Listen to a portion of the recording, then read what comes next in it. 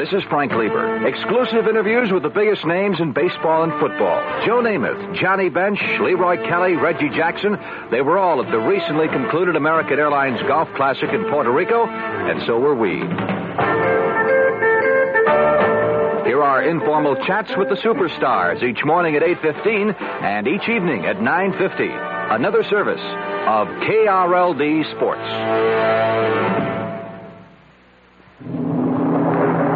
The latest American Research Bureau survey reports KRLD Dallas continues to have more audience than any other Dallas radio station.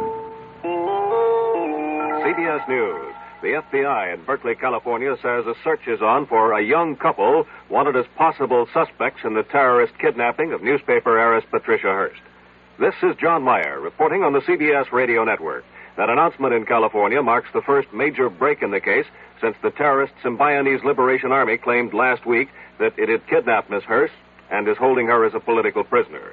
Reporters were given a description of the wanted couple by Thomas Druken, Assistant Special Agent in charge of the San Francisco FBI office. We determined during the course of our investigation that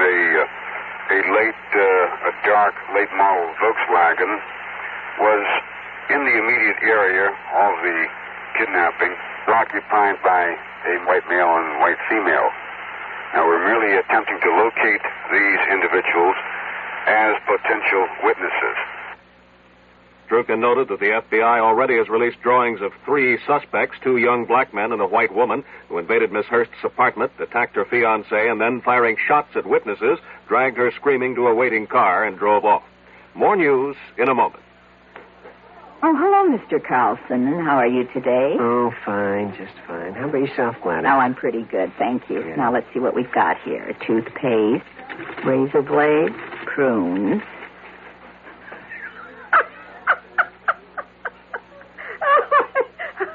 Is something wrong? Can we have a replacement checker for Gladys on number 5, please? There are still a lot of people who laugh at prunes. But now, quite a few are finding out how good they really are. Because pound for pound, prunes have 8 times the vitamin A of the leading fresh fruit, and more iron, niacin, and vitamin B2 than the 5 leading fresh fruits. They're also a great natural source of quick energy. Oh, I'm sorry to keep you waiting, sir. I'm taking Gladys's place. That's okay. Let me see. Bread, milk, prunes. Oh, boy. California prunes. The funny fruit that does so much for you. Radio Baghdad says warfare has broken out between Iraq and Iran with troops, heavy artillery, and tanks engaged in fighting along the border. Heavy casualties are reported on both sides. Iran lists at least 70 casualties. The Iraqis at least 23 killed or wounded. It's the first such fighting since the 2 countries reinstated diplomatic relations last October after a 5-year break. Radio Baghdad also claims today's clashes were actually the 3rd in 3 weeks, that there was also fighting on January 24th and again last Monday. In Tel Aviv, the Israeli military command confirms 4 Israeli soldiers wounded today in renewed fighting between Syrian and Israeli forces in the Golan Heights. That artillery duel ended a 4-day lull along the ceasefire line. Radio Damascus says the fighting lasted more than an hour, but has made no mention of Syrian casualties. Meanwhile, in Jerusalem, the Israeli government says Russia will try to persuade Syria to turn over lists of Israeli prisoners of war being held in Damascus. Those lists, plus Syrian permission to let the International Red Cross visit the POWs, are the top Israeli conditions for beginning disengagement talks with Syria. In Amman, a Jordanian army spokesman confirmed today that the Nixon administration has supplied that Arab country with the most sophisticated portable anti-tank missile in the U.S. arsenal. The spokesman identifies the missile as the TOW. Here in Washington, the Pentagon declines comment.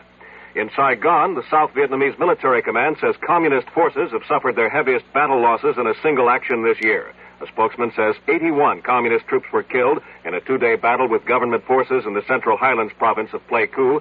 Government losses are placed at 17 killed, 15 wounded. In Cambodia today, communist troops attacked 3 government positions only 8 miles south of the capital, Phnom Penh, and a government spokesman says an army relief column led by 24 armored personnel carriers had to retreat when it came under heavy communist fire. Now, this message. Time will come when you need help and understanding, a warm smile, a friendly voice from people who care. It's a plastic world and that's what truth, tough and unfeeling. But when you find friendly folks, it's easier to bear. Is there anyone who doesn't respond to a kind word or a friendly face? The answer's obvious. At CIT Financial Services, courtesy and understanding are watchwords. Sure, we make money happen, but we do it quietly, quickly, without embarrassment. So whenever you need a loan, and some kind words to go with it, drop into your nearest CIT office. We'd really like to make money happen for you. CIT makes money happen. We really do.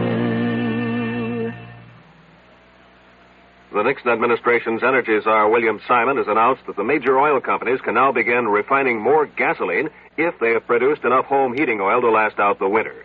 Simon's long-awaited announcement on shifting refinery output comes as motorists in 4 states, plus the District of Columbia, prepare to switch to the so-called Oregon plan for gasoline rationing. The leaders of 13 major oil-consuming countries have been arriving here in Washington on the eve of tomorrow's opening session of a 2-day conference on energy at the foreign ministers level. U.S. Secretary of State Henry Kissinger expected to try to persuade his 12 colleagues that they must act in concert with the United States to weather the world oil crisis. This is John Meyer, CBS News. Hello? Hello, Mrs. William Houck of Anchorage, Alaska. Yes? Hi, Mrs. Houck. My name is Ted Brown from New York City. And I'm calling ladies in Anchorage, asking if you'd like to have some fun and sing the Campbell Soup jingle. If you do, I'll send you a case of Campbell's chicken with rice soup. Is this really from New York? That's right. Do you know it? Yes, I do. Well, go ahead. Good. Good. Campbell's noodle soup is good. Well, now, you changed the lyric a little bit, but you're going to get the soup anyway. Thank you. You're up there in Anchorage, Alaska, so you know what the cold winters are all about, huh? Right, I sure do. And when that weather leaves you cold, you get good hot Campbell's soup, and that leaves you warm. Yes, sir. It's exciting for me to talk to you, too, by the way. I've never called Anchorage, Alaska. Well, call again. This is really unusual. Thank you very much. Mrs. Hawk, thank you. Bye-bye. The preceding recorded message was selected from random phone calls.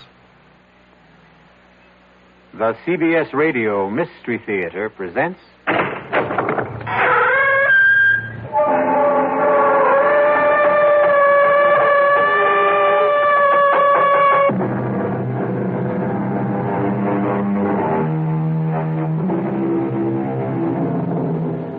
Come in. Welcome.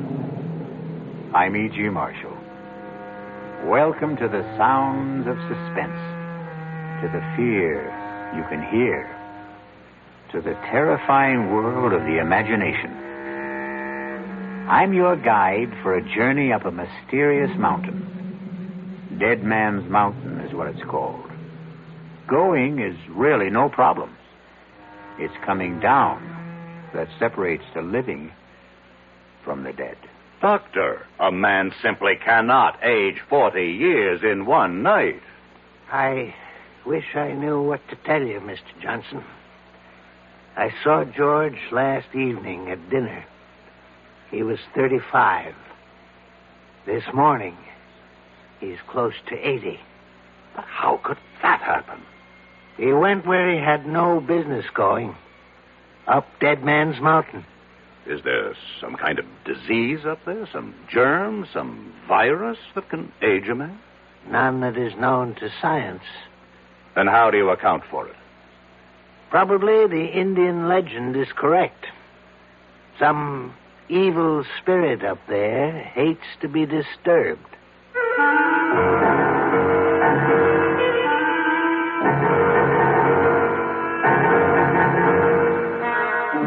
Our mystery drama, Dead Man's Mountain, was written especially for the Mystery Theater by Sam Dan and stars Alan Hewitt. It is sponsored in part by the Kellogg Company, makers of Kellogg's Special K cereal. I'll return shortly with Act One. Hi, son. Hi, Mom. Hi, Dad. Hi, Junior. Kellogg's Special K presents Junior Gives Up. Junior, why aren't you eating your Special K? It's your favorite cereal. Oh, just 'cause. Just 'cause why, honey? Just 'cause Darla said some evil things about it. That's just 'cause why. Hi, Mom. Hi, Dad. Hi, Darla. Hi, sis. Hi, Junior. Darla, what did you tell Junior about his Special K? Daddy, all I told him was that Special K is good for us. Yeah, and anything that's good for me never seems to taste good. Junior, you already know that Special K tastes good. Who do I believe? Darla or my taste buds? What's that, son? Oh, nothing, Dad. Son, Special K is America's favorite high-protein cereal. It's got minerals, vitamins, iron, and all those good, nutritious things. But it got to be so popular over the years because it tastes good, too. You mean it's good for me and tastes good, too? Right, son. Right, Dad. Right, Junior. Right, Mom. Right, indeed. Start your balanced breakfast with Kellogg's Special K. It's nutritious and delicious. Right, Dad. When occasional heartburn or acid indigestion is combined with a gassy, foolish feeling, that's what we call gassed indigestion. Digel is made for gassed indigestion because Digel is different. It does more than plain add acids. Digel reduces excess acid while its patented simethicone gets rid of trapped gas fast. Use only as directed. Digel for gassed indigestion. No plain add acid can do what Digel can. Was I embarrassed? Even though I used an adhesive on my dentures, they still came loose during dinner. And when I had to be... This denture wearer should change to Cushion Grip, a soft, pliable thermoplastic adhesive that even hot or cold liquids can't dissolve. That's why Cushion Grip lasts and holds dentures much longer than ordinary powder, paste, or cream adhesives you often must apply 2 or 3 times daily. For new, long-lasting security, new comfort, change to Cushion Grip.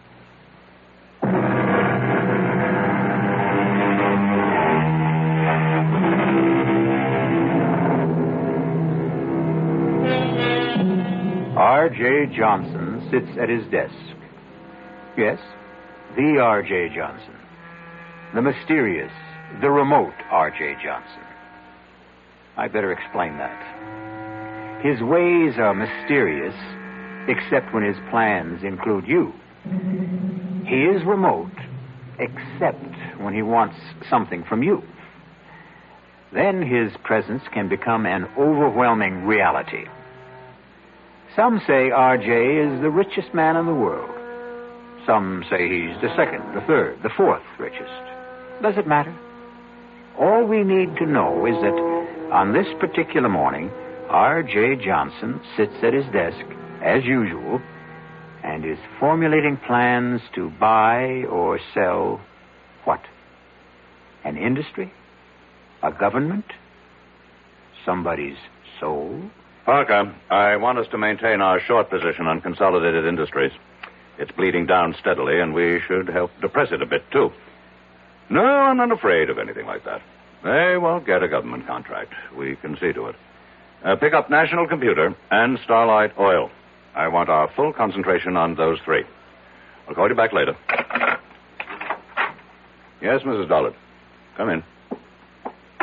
Mr. Johnson, George Morrissey is here. And about time. I want hourly reports on Consolidated, National, and Starlight to see to it that Parker can always reach me. Now, have Morrissey come in. But, sir, about Morrissey. Is there a problem?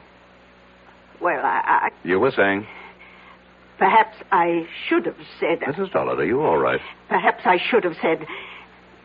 There's a man outside who claims to be George Morrissey. Mrs. Dollard, you know George Morrissey. I thought I did. If there's any doubt, check security. I did. Then that settles it. He could never hope to get past the lobby elevators if he weren't George Morrissey. Mr. Johnson, maybe what I'm trying to say is there's a man out there. And I don't want him to be George Morrissey. Have him come in here. Yes, sir. Mr. Johnson will see you now. Do you see what I mean, Mr. Johnson? Mrs. Dollard, is this your idea of a practical joke? Who is this? Please, R.J., don't yell at her. I can't stand noise. George? Yes, George. You can't be George. Look at me, R.J. Look at me. I can't believe it. You don't want to believe it. What happened to you? Please let me sit down. He walked out of this office 3 weeks ago. Yes, 3 weeks ago. He was a man of 35. And now... Now I know. I look in the mirror. I could be 75. His hair is all white. He's wrinkled, stooped. That's not the worst of it. I feel 75. I couldn't even walk without this cane. George, the first thing you have to do is tell me exactly what happened. I was at Manitou Mountain, getting the development deal set, and R.J., listen, we'll have to forget it. Give it up. What are you saying? I'm saying forget it. Look at what happened to me. They said, all the locals, they said the mountain was haunted. Terrible things would happen to anyone who went up there. Talk sense. Can't you believe your eyes, R.J.? Look at what happened to me. George, start at the beginning. I couldn't get anyone to drive up the mountain road. So I hired a car. I drove it myself. I drove it up the mountain and... Yes, and? And that's all I remember, R.J. I must have passed out up there. But something did happen. It's like a nightmare. I can't bring it into focus. Just flashes of it. Terrible things. Be specific. What kind of terrible things? Shapes, forms, voices, saying I was going to die, that my life was falling away, that it was disappearing. What kind of shapes? What sort of forms? I don't know. What size were they? What color? I don't know. You say voices. What kind? High, low? R.J., I were they don't men's know. voices? Women's? I can't remember. I can't now pull remember. yourself together. Pull myself together. Look at me. I'm an old man. I've been robbed of half my life. Now think. How long did you stay on the mountain? I don't know. Somehow I managed to get the car turned around. I drove back to town. I found a doctor. What's his name? I don't know. What did he say? I can't remember. R.J., I came here to warn you. The mountain, it's haunted. It's cursed. Give up the project. Mrs. Dollard, call Dr. Waterson. No. Doctor can't help me anymore. But I can help you, R.J. Give it up. Give up the project.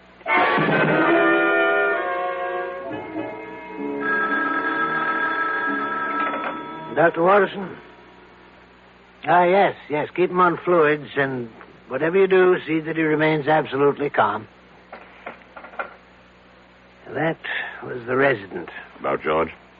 No change in his condition. Have you checked the local doctor? The one who saw him first? Well, we called him. He reports he treated a man of about 70 for exhaustion. That's all you could get out of him? And that's all he had to say. And what have you got to say, Doctor? We find that George Morrissey has the physical signs of a man in his 70s. But you know very well he is not in his 70s. Chronologically, no. Medically, yes. Is there a disease that could age a man so radically in so short a time? I would say a man could be ravaged by some psychic or physical attack, but here we have no signs of trauma. His tissues, organs, nervous system, circulatory system, they show the deterioration that could only be caused by aging. Let's cut through all this, Doctor. How did it happen? We don't know. You don't know. Am I supposed to buy this nonsense about a haunted mountain, curses, and all that? I don't have the answer, R.J. Watterson, over the years, I have contributed millions for medical research. I bought this whole hospital for you. So, are you telling me that now, when I need some answers, I'm not going to get anything for my money? I'm telling you that we have no answers at this time. Is it possible that George could be faking? Why should he want to fake? Answer my question. The answer's no. I want to see him. He's very weak. Is it important? I don't make unimportant requests. Well, just for a minute or two at most. And please, don't excite him.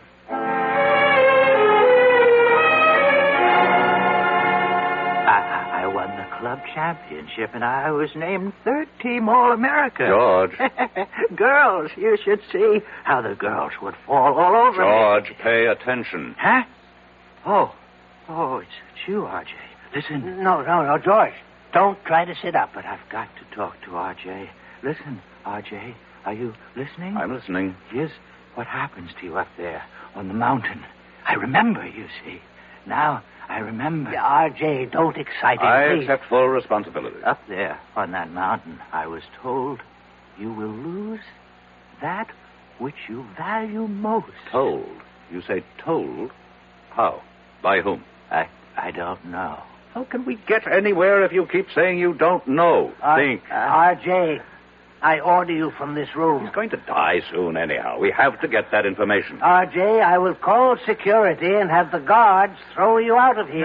No, Doctor. No, leave us alone. This is between R.J. and me. What were you told, George? I wasn't really told. It was more like a kind of feeling, an idea that seemed to seep into me. And I realized the most important thing, what mattered most to me, was my body. Talk sense. I'm talking sense, R.J.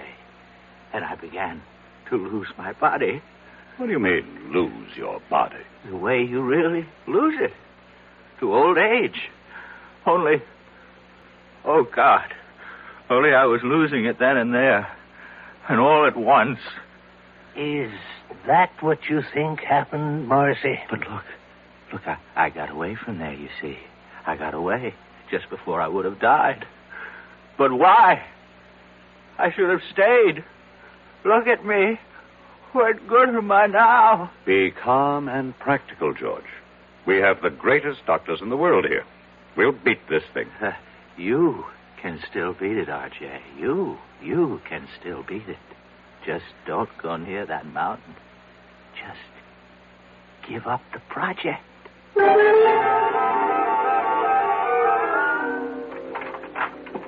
You wanted me, Mr. Johnson? As Parker called while I was out. Yes, sir. He reported in. Consolidated stock is still falling. That's good. National Computer is rising. And Starlight Oil is doing well with the new government. Tell him to increase our holdings. Try 10%. Now, cancel the rest of today and all of tomorrow. Yes, sir. Call Chuck Daly. I want him here in 3/4 of an hour. Sir. What is it? Well, Chuck's about to leave for Florida. His daughter's getting married this afternoon. Tell him he is to fly me up to the Manitou Mountain area. But, Mr. Johnson... Now, what is it, Mrs. Dollard? You can't go up to Manitou Mountain. Why not? You saw what happened. What did happen? You saw George Morrissey. About George Morrissey. Either he caught a disease... But medical science doesn't know of such a disease. Medical science is constantly being surprised. Obviously, someone does not want me to develop the Manitou Mountain Resort Complex. And perhaps they managed to buy George Morrissey. But I would bet my life on George Morrissey. You must never bet your life on anybody, Mrs. Dollard.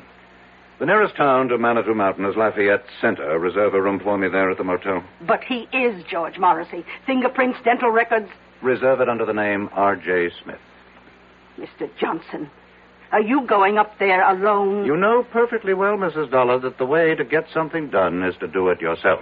But isn't it dangerous for you to go? Mrs. Dollard, I have complete freedom of action because, as you know very well, practically nobody on the outside has the faintest idea of what I look like.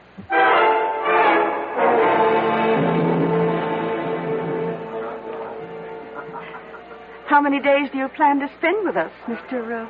Smith? Well, that all depends. Oh? On what? Do you suppose I could hire a car and driver? Oh, let's see. I have some cards here. Pick out any name. Tell him Doris Evans over at the motel recommended you. Do you mean I need a recommendation to hire a car? Well, it's deer season. Can't expect a man to concentrate on his business. I would think you can if you pay him and he recognizes his obligation. Well, I can see you're a very serious-minded person, Mr. Smith. What brings you up to our frivolous part of the world? I intend to do some sightseeing. Sightseeing? Why, you have some very beautiful country. Oh, yes, we do have a lot of very beautiful country up here. Wild, unspoiled. And we aim to keep it that way, too. Tell me, is there a doctor in town? Oh, I hope nothing's wrong. Wouldn't want you to get sick on us while you're here. No, I should just be checked every now and then. Oh, well, we do have Doc Stallings. Does he have office hours now? His office hours are when he's not hunting or fishing. But I think he'd give up a chance at a 12-point buck for you. Why? Well, he doesn't get an opportunity like this every day. To do what? To treat the world-famous R.J. Johnson. I see. How did you know I'm sorry. Really, I shouldn't have given it away. After all, if you want to call yourself Mr. Smith, we should indulge that little conceit. But how did you know? Mr. Johnson, the whole town knows you're up here. Why, we've all been waiting for you.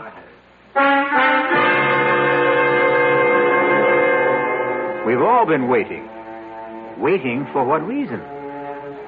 Had they also been waiting for George Morrissey? And George was only R.J. Johnson's hired man. We'll be back shortly with Act 2. For children growing up in homes without books, there's a special emptiness. A deep-down hunger for the world beyond the street corner or playground. A world where they could grow up to become whatever they want to be. But millions of these children will never find out about that world because they'll never know what they can learn in books unless you help. RIF, Reading is Fundamental, is helping to get millions of books into the hands of these boys and girls. Books they can choose themselves for keeps. And once a child gets into books, there's no stopping him. More than 150 local RIF programs are proving it in communities like yours. Won't you help RIF? Help the children in your community. Write to RIF Incorporated. That's RIF, care of Smithsonian Institution, Washington, D.C., 20560. Give your hand to a friend. Give your heart to your love. But if you're cold, contact, the sooner the better. Hey, I'm back. How's that cold? Rotten. Get the contact? I got everything. Contact, cold tablets, and this liquid. Oh, no. Honey, it's all cold medicine. Well, sure, but it only takes one contact for up to 12 hours continuous relief from sneezing, drips, congestion. For that, I'd need 6 of your cold tablets. 2 every 4 hours. Or 3 ounces of nighttime liquid. 1 every 4 hours. Or just one contact. The tiny time pills do it. Well, it's all cold medicine. Those others contain antipyretic analgesics. The liquid, antitussive, and alcohol. They're not in contact. 6 or 3 or 1. I'd choose the one contact. Me too. And I'm the one with the cold. Give it cold. Contact, the sooner the better. 6 or 3 or 1. When you catch a cold, take contact. Only as directed.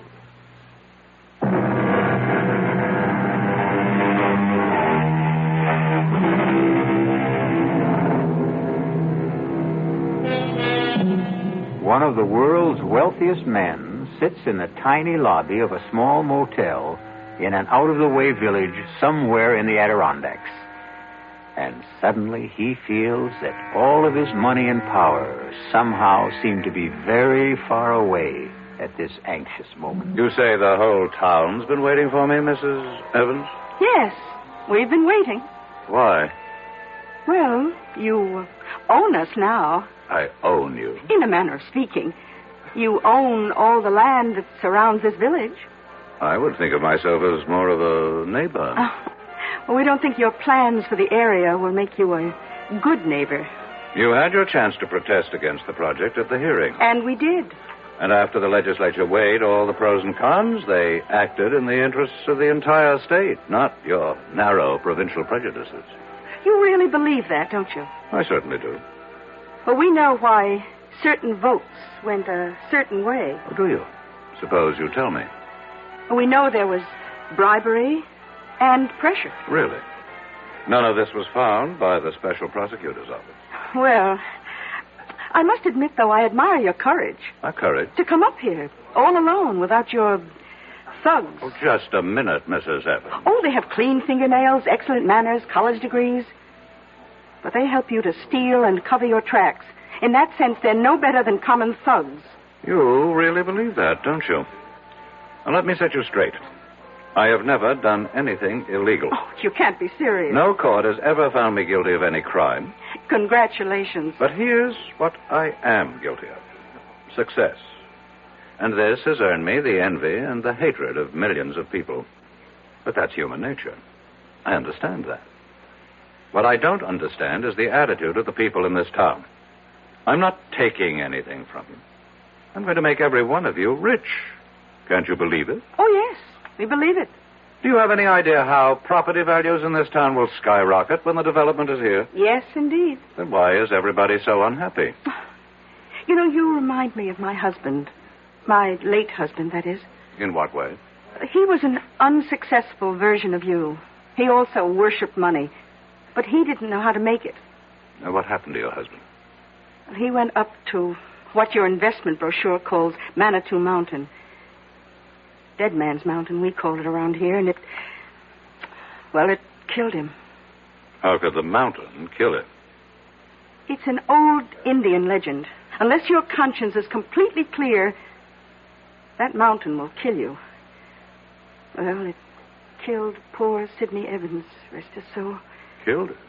How? He was discovered at the foot of it. He was completely shriveled. There must be an explanation. Doc Stallings never found it. He just wrote it up as death due to causes unknown. Stallings is, after all, only a country doctor. That's right, he is. Tell me, how do your high-powered city doctors explain Mr. Morrissey? Well, you know about Mr. Morrissey. Oh, the whole town knows about Mr. Morrissey. Poor Mr. Morrissey, he went up there. Something he had no business doing. I must correct that. He had every business doing it. He was my agent inspecting my property on orders from me. But the fact is, he went up there, and the mountain got him. Have other people met with mysterious results after climbing that mountain? Oh, very few and far between. We may be just country folk up here, but we learn from experience.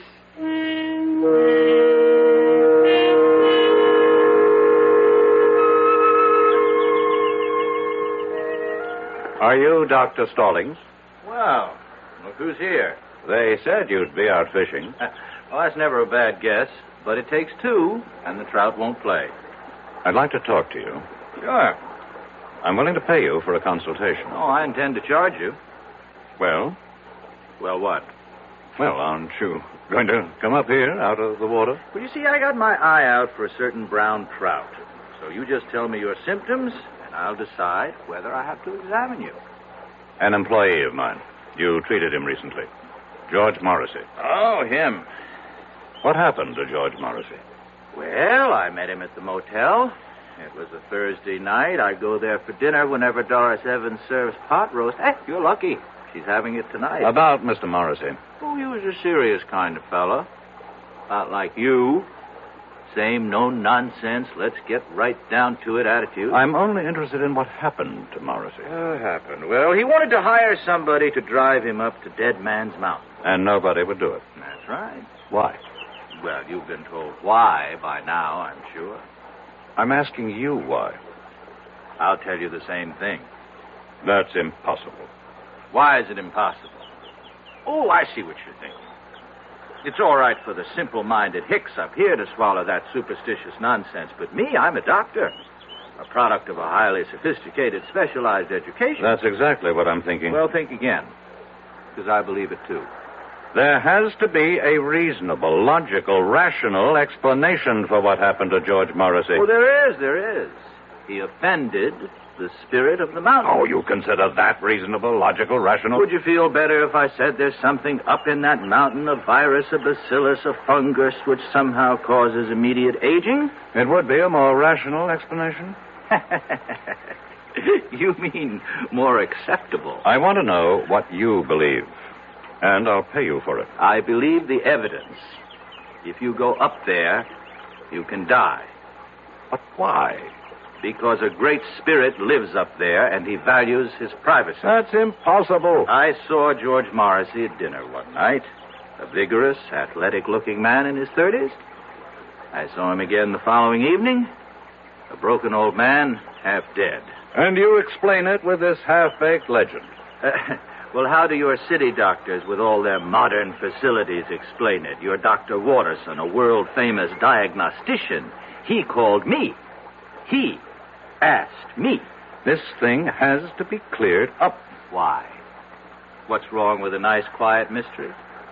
If word of this becomes general, it can destroy the entire project. Uh-huh.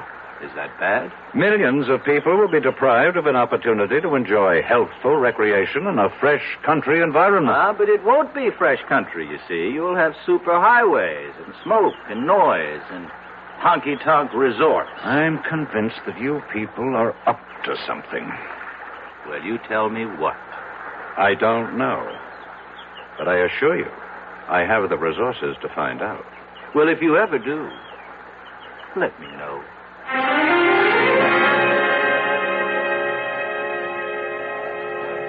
Well, did you find Doc Stallings? My secretary should have called me on the hour. Oh, she did. We serve dinner till 9:30, but the best time to eat's around 6. From then on, it's leftovers. I'll have a sandwich sent up to my room. Oh, you're joking. I don't tell jokes. You mean all you want for dinner is a sandwich? Mrs. Evans, food is merely fuel. The body is just a machine, and so my tastes are very simple. Whom do rich men think they impress when they say they have simple tastes?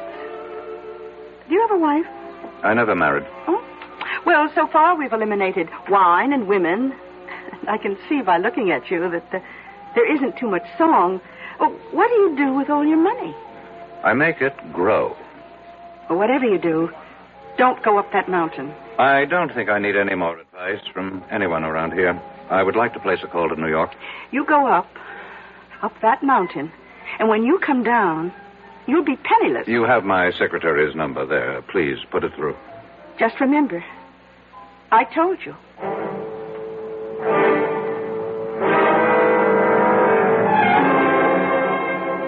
It's exactly 5 minutes past 4, Mrs. Dollard. I know that, sir. Why haven't you heard from Parker? I'm expecting a call any moment. Any moment was not his orders. I specifically directed him to report on the hour. Yes, sir. Why is there a delay? I don't know. Well, find out. Mr. Johnson, I'm only human. What did you say, Mrs. Dollard? Mrs. Dollard? Operator? Operator!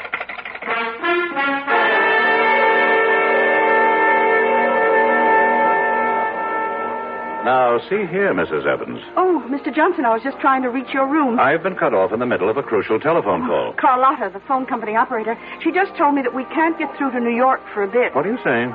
Well, you've seen those signs along the roads. Look out for falling rocks.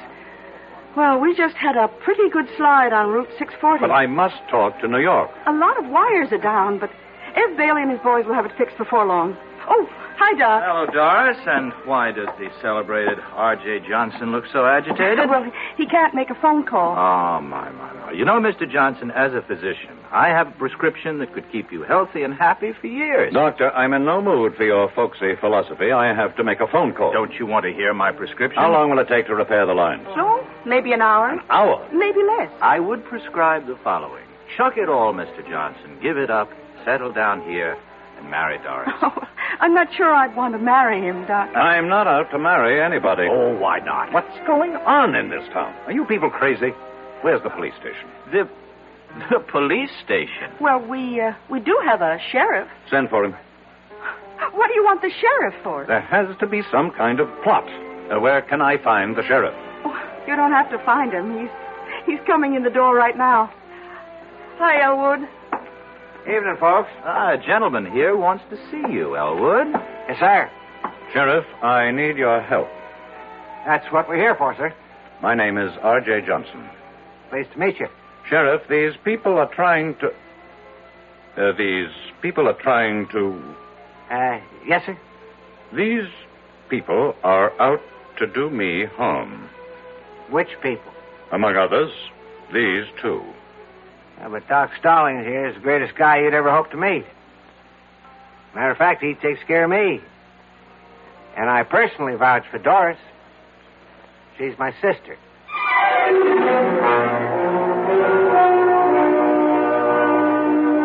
A very nice, tidy little town. And the natives are so friendly and obliging, and so concerned with your well-being.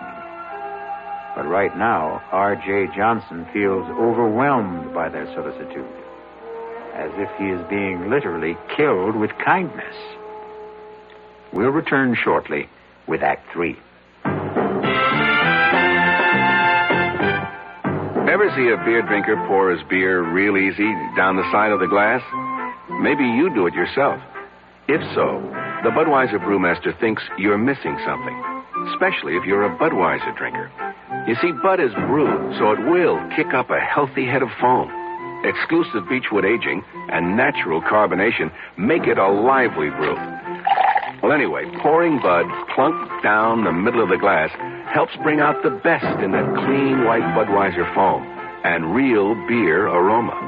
It also helps you get the full benefit of a taste, smoothness, and drinkability you'll find in no other beer at any price. Remember, brewing beer right does make a difference. Next time, pour that Budweiser right down the middle and see for yourself. Anheuser-Busch, St. Louis. I'm Art Linkletter, and I'd like to talk about something that everybody loves. Babies. Play School has introduced a group of fascinating baby toys. Play School, a Milton Bradley company, has been making toys for generations of preschool children. And their baby toys are just terrific. They're fun and safe. Babies will love the Baby Action Ball. They can grab it, roll it, shake it, or throw it. The Baby Mirror of unbreakable stainless steel introduces them to the most important person in the world when they look into the mirror, themselves. The Play School Toddler Truck is great for baby to scoot around in, and it even has a miniature telephone for baby's first phone calls. My children are grown up now, but if they were babies, I know what I'd want them to have, the Play School Baby Toys. Your children are going to love making discoveries every day with Play School's new baby toys. And every day is a good day to make a baby happy.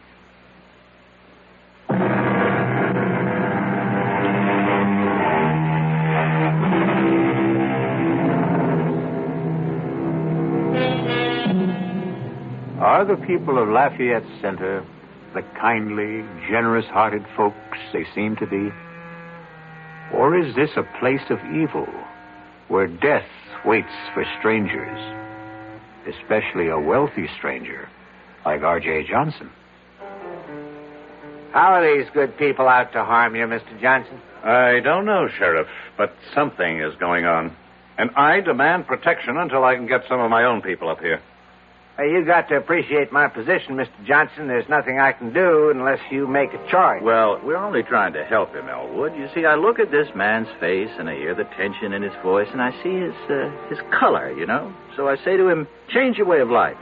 Settle down up here. Is that harming him? Well, it doesn't seem like it. I recommend a more regular routine. And we both keep warning him, stay away from Dead Man's Mountain. Mr. Johnson? For reasons best known to yourselves, you people are determined to keep strangers at a distance. Oh, we'd only be too happy if more folks would move up here. And so you invented this nonsense about a cursed and haunted mountain. But why? You know why, Sheriff. Because to any man of intelligence and courage, it presents a challenge. But before a man goes up there, you prepare him. Well, gentlemen, you can stay and listen to all this. I've got to serve dinner. By all means, Mrs. Evans. We can continue this discussion at the table. Oh? I thought all you wanted was a sandwich. Oh, no. Tonight, I'm having all the trimming.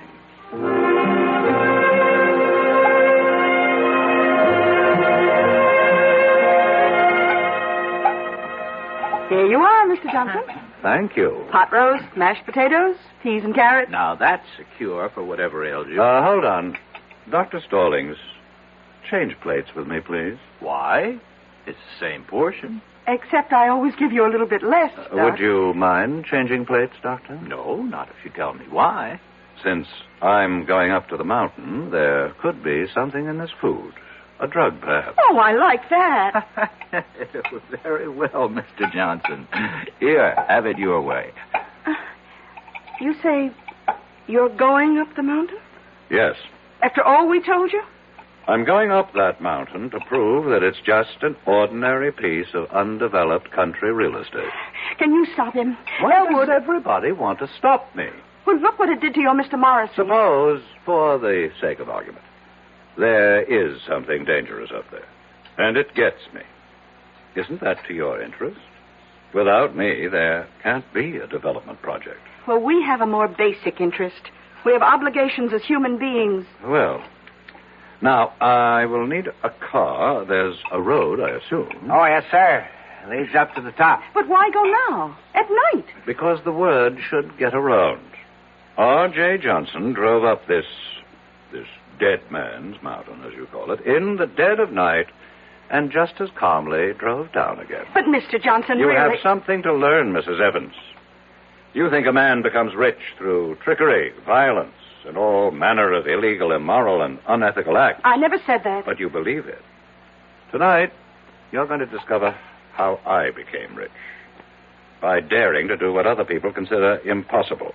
It's that simple. I would still advise you to keep away from that mountain. Let's end the little game, Doctor. I've humored all you people long enough. Well, very well. How do you account for George Morrissey? Very simple.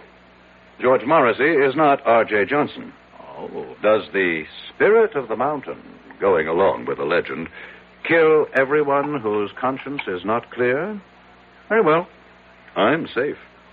My conscience is unblemished. Elwood, I still think you should stop him. The sheriff has no right to interfere. I'm merely inspecting my own property. No, he's right, Doris. A little exercise in morality here. Who would care to accompany me? You look down on. You are the pillars of virtue.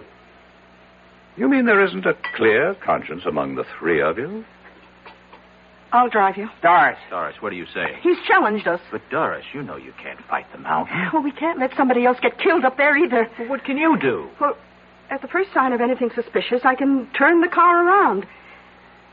Mr. Johnson, you've got yourself a driver, and I suggest we leave right now. The moon goes down early around here. First, I have to call New York. But the lines are still down. How do you know? Carlotta will let us know when they're fixed. Maybe I'd better wait. Oh. Don't tell me you're starting to have second thoughts. I have some very important things to check out. Well, we can drive to the top of the mountain and back again in an hour. How do you know? Have you done it before? No, just a guess. And I'm ready if you are.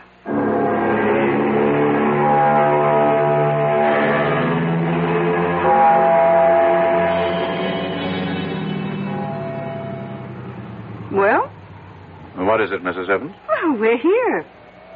We're at the foot of Dead Man's Mountain. And there, you see, on your right, is the dirt road that leads upward. How far? Oh, I don't know. Well, what are we waiting for?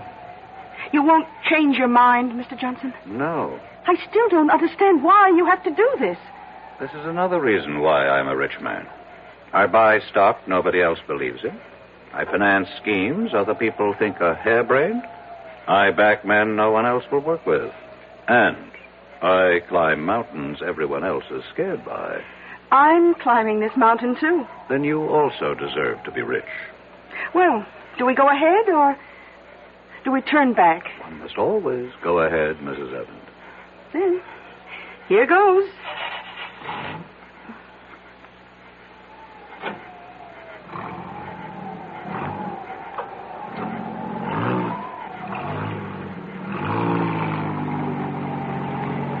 How do you feel, Mrs. Evans? All right. I guess. You guess? How do you feel? I don't have to guess. I know. I feel great. It should be interesting. What? Let's assume all you people are right. This mountain is haunted by a great spirit who strikes down all who have guilt. Which one of us do you suppose he'll strike down? Well, I don't have a guilty conscience. I wonder about that. I heard the doctor say you had a weakness for men with problems. Your late husband, maybe he didn't have problems. Maybe you had the problems. Well, we all have problems. Stop for a moment. What's the matter? I think I heard somebody. I haven't heard a sound. Listen. R.J., I'll have the security guards throw you out of here. It's Watterson. It's Dr. Watterson. What's he doing up here? Who's Dr. Watterson? He's looking after George Morrissey. I'll throw you out of here. Didn't you hear him? There's no one around but you and me. Now that I think of it, that's a strange way for Watterson to talk to me. He would never have the guts to say that unless he knew something. Look, I think we'd better turn around. No. I think I'm learning something. Watterson, do you know that Watterson is Parker's son-in-law? Oh, who's Parker? My administrative assistant. He executes all my orders. Suppose Consolidated Industries is not going down. Suppose it's starting to go up.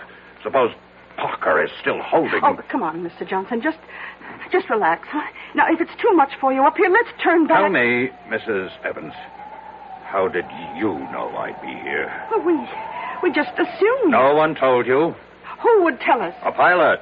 My pilot. I didn't even know you had one. He may have been put out because I made him fly me here on his daughter's wedding day. Oh? Well, that really wasn't nice. I pay him enough, but he didn't tell you. No. Listen. I don't hear anything. Just listen. There. I'm only human, Mr. Johnson. I'm only human.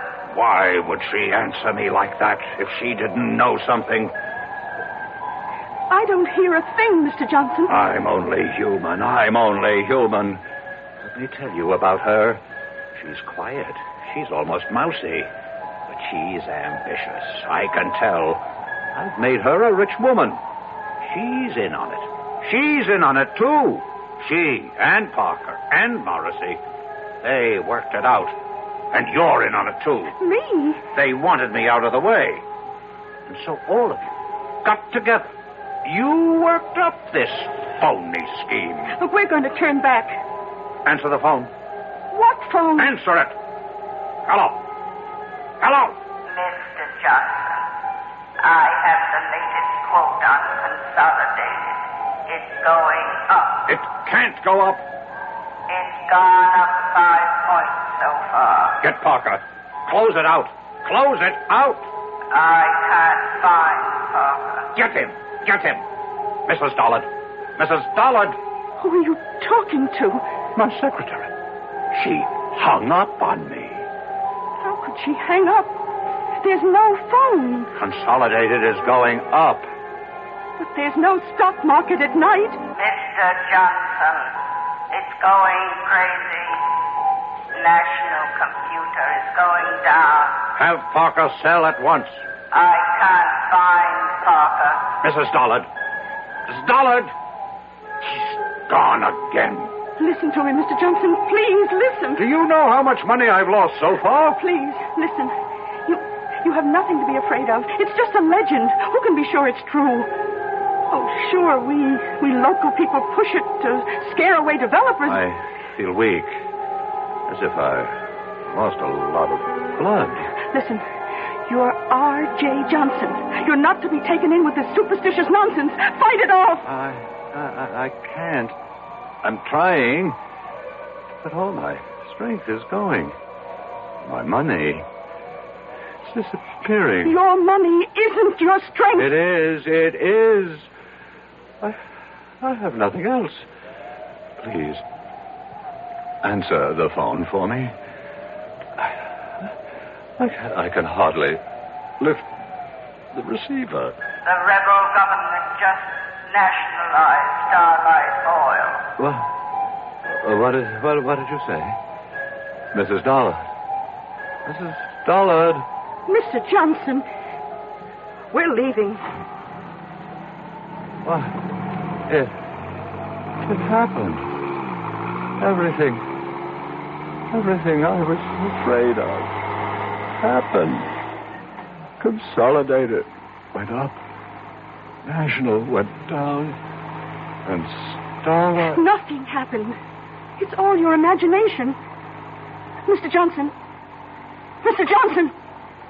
Talk to me. Mr. Johnson.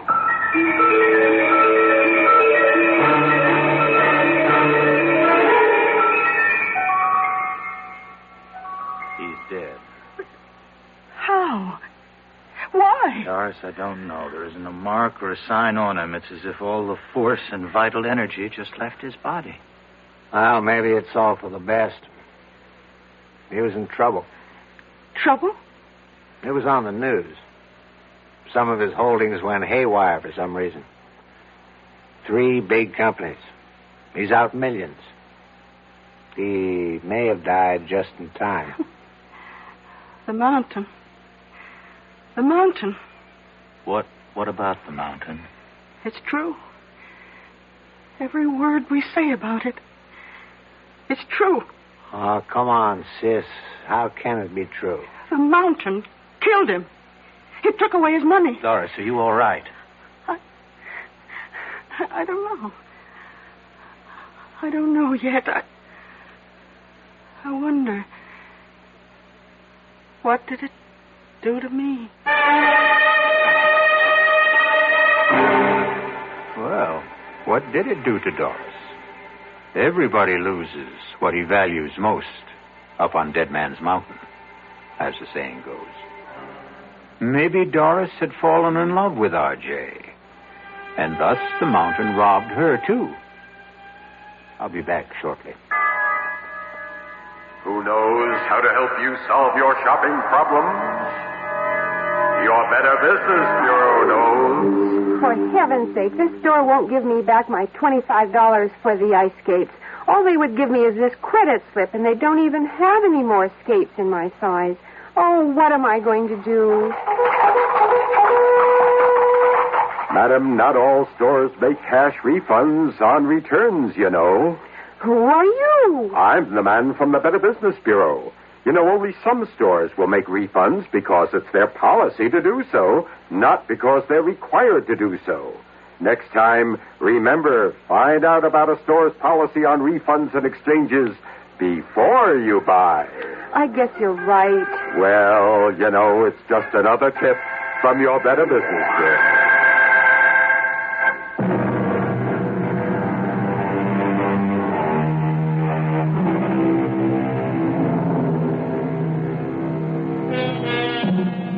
Haunted mountains.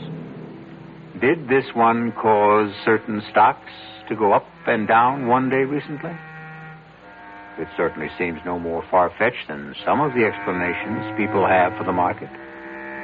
The cast in our exercise in The Extraordinary included Alan Hewitt, Bryna Rayburn, William Redfield, and Robert Dryden.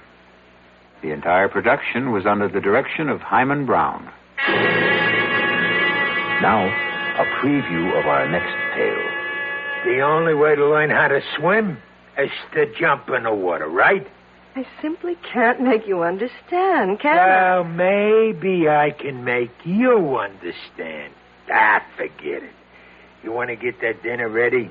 I'm hungry. Yes, I'm going now. Look, why don't you change first? Change? Yeah, your clothes. Get more comfortable. Yes, I think I'd like to do that, George. I won't be long. George! There's a dog on our bed. A horrible big dog. Take it easy. That's my surprise. That's it. Tell her. Get him out of here. Please, George, take him away. It's only a dog, for Pete's sake. He's not going to hurt you. Get it out, George! Please! Radio Mystery Theater was sponsored in part by Anheuser-Busch Incorporated, brewers of Budweiser. This is E.G. Marshall inviting you to return to our Mystery Theater for another adventure in the macabre. Until next time, pleasant dreams.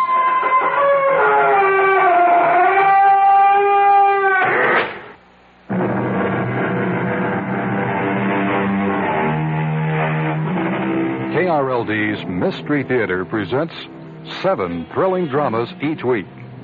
Sundays at 4:07 in the afternoon. Then nightly at 10:07, except on Tuesday and Saturday nights when the basketball broadcasts necessitate delaying the mysteries until midnight. You've been listening to the OTR Gold Network. Find more classic radio at otrgold.com. This is John Wherry for the Kansas City, Kansas Public Schools. Vicki Nagel, kindergarten teacher at Central Elementary School, has some suggestions for parents whose children will start school next year. If a child can come to kindergarten knowing how to write his name, or at least a beginning of how to write his name, it's a big help. It would be really nice if they knew how to tie their shoes, knew how to button their coat, knew how to zip their coat, because when you get in a group, it's really helpful if they can all take care of that themselves. Some tips for helping kids get started right in school. Listen again when WDAF and your Kansas City, Kansas Public Schools present another school note. WDAF, Kansas City. Kansas City teachers and the school board have given overwhelming support to a contract hammered out during extensive bargaining with a federal mediator. Sunday's vote clears the way for reopening all 100 public schools today, or rather tomorrow. This is WDAF Kansas City. It's 11 o'clock. News of the hour on the hour from American Information Radio. This is Steve Powers from New York. And at this hour, positive reaction to the acquittal of John Mitchell and Maurice Stans extends from the defendants themselves to the White House and to Geneva. For the defendants, the reaction was predictable. They were happy. Maurice Stans. Looking back, all I would like to say in conclusion is that even the book of Job has a very happy ending. And that's the way I feel today. Stans had praise for the jury, and so did John Mitchell. It was decided by 12 good American people, part of the cross-section of all of America. Mitchell says now he's going to take a vacation and a drink. The other side, that story coming up.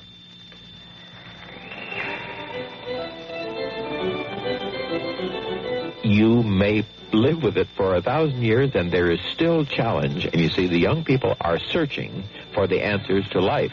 Organist Virgil Fox for music in our schools. I don't think there's any way possible to have children have music too early. I think that music in the lives of the young is probably as important as the breath in their lungs or the blood in their veins. The child who is permitted to brush with music, to cope with it, to dance to it, to feel it, to express it, to make it, is a child who is always several plateaus higher. There's no doubt that beautiful music brings out the finest, and the more we have of it, the better everything else is. Help to bring out the finest in all our children. Support music in your schools. A message from the Music Educators National Conference. The chief prosecutor, John Wing, said he felt rotten after the jury found Mitchell and Stans innocent of all counts in the Vesco affair. I'm disappointed in the verdict, and there's nothing else I really can say. Are you satisfied with the government's case as you presented it and your fellow prosecutors, sir? Absolutely. One of the jurors agreed that Wing did present his case well. Andrew Choa tells ABC News. An extremely skillful, brilliant job. But the jury came to the conclusion that their presentation of the case did not allow them to arrive at a verdict that was otherwise than the one that was given. And Choa says the credibility of John Dean as a witness against Mitchell and Stans was not the deciding factor. What about Dean's credibility? Here's ABC's Vic Ratner in Washington. Lawyers at the special prosecutor's office here were disappointed but not disheartened at the verdict in New York. They feel that the Vesco case had little connection with their major Watergate cases. They feel John Dean's testimony played only a small part at the Vesco trial. He'll play a much bigger role in future Watergate trials. The Vesco case wasn't even the special prosecutor's baby, having originated in the U.S. Attorney's Office in New York and being handled there all along. Vic Ratner, ABC News, Washington.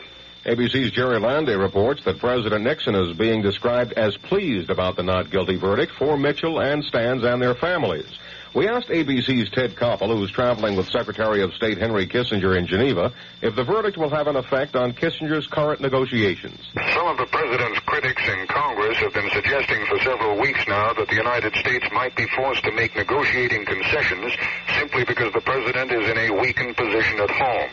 The fact that Messrs. Mitchell and Stans have now been acquitted is not, of course, going to take the heat off altogether. There is still the danger of impeachment hanging over the president, but Secretary Kissinger was clearly elated when he heard the news of the acquittal this evening and felt that his hand was somewhat strengthened as he goes in now to his first round of negotiations with Soviet Foreign Minister Gromyko here in Geneva. Correspondent Koppel said Kissinger was beaming when he heard the news that Mitchell and Stans had been acquitted in the Vesco affair. This is Information Radio News. From the Kurt Murray Sports Desk, Johnny Miller sank a clutch 4-foot putt to win the $200,000 Tournament of Champions today. Miller fired a final round 69 to win by a single stroke over Buddy Allen and John Mahaffey. Ferguson Jenkins notched his 5th victory in pitching the Texas Rangers to an 8-5 win over the New York Yankees for a split of their doubleheader. The Yankees won the first game 11-2. The New York Mets defeated the San Francisco Giants 6-4 for a sweep of their doubleheader. The first game also went to New York by a score of 6-0. The San Diego Padres rallied for 5 runs in the bottom of the 9th to edge the Philadelphia Phillies 5-4. Steve Yeager slammed a 3-run homer to face the Los Angeles Dodgers to their 6th straight victory, a 4-0 decision over the Montreal Expos. And Cecil Cooper's leadoff homer in the 4th of the 13th inning gave the Boston Red Sox a 5-4 triumph over the Kansas City Royals. The win snapped Boston's 5-game losing streak. The Kansas City forecast, cloudy with a chance of showers or thunder showers, possibly with heavy rain for the rest of tonight and tomorrow. The low tonight in the low 60s, high tomorrow in the mid to upper 70s. Partly cloudy with a chance of showers Monday night and Tuesday. The low Monday night in the 60s, high Tuesday in the 70s. Right now, cloudy skies, south winds at 14, the humidity 87%, and our current Kansas City temperature, 64 degrees. This is Pat Ross, WDAF News.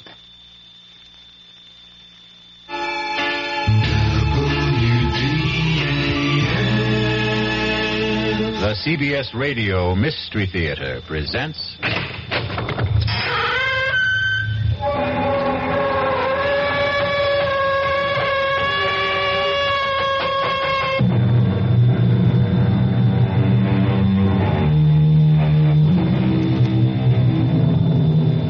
Come in. Welcome. I'm E.G. Marshall. Welcome to the sound of suspense, to the fear you can hear, to the world of terrifying imagination. They say, hell hath no fury like a woman scorned. And perhaps it's true. But the question is, how long can that fury endure? How long can the passions burn? Well, Miss Charity Youngblood was left waiting at the church some 200 years ago, and she still isn't over it. Sheriff's Office, Deputy Palmer speaking. Sheriff, there's someone who wants to murder me. Yes, sir. Your name, sir? Well, is that important? Yes, sir, it is. Well, I hesitate to give you my name because you might think I'm unbalanced. Now, why would I think that? Because of the peculiar circumstances involved. Well, why don't you let me be the judge of that? Well, this young lady wants to kill me, and she's armed. Well, what's her name? Well, I wouldn't want her to get into trouble. What? She doesn't look like a killer, and besides, I can't prove it. It's just that I know it. Now, sir, calm yourself and tell me, why does she want to kill you? Because I broke our engagement. All right. It's possible. Now, when did you break that engagement? Oh, about 200 years ago.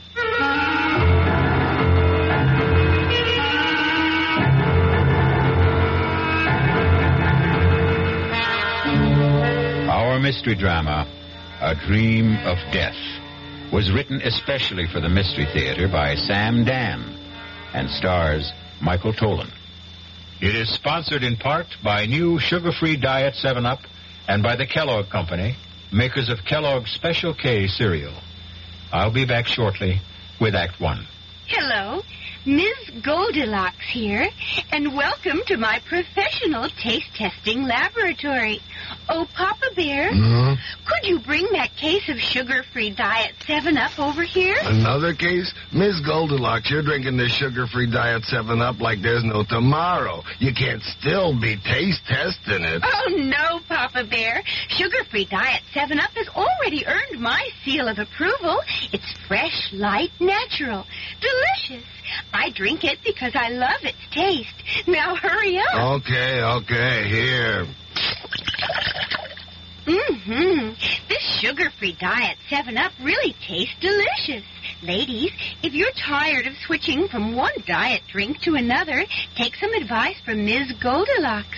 Try sugar-free diet 7-Up and you'll say, yes, this one's just right. I'll bear witness to that, Goldie.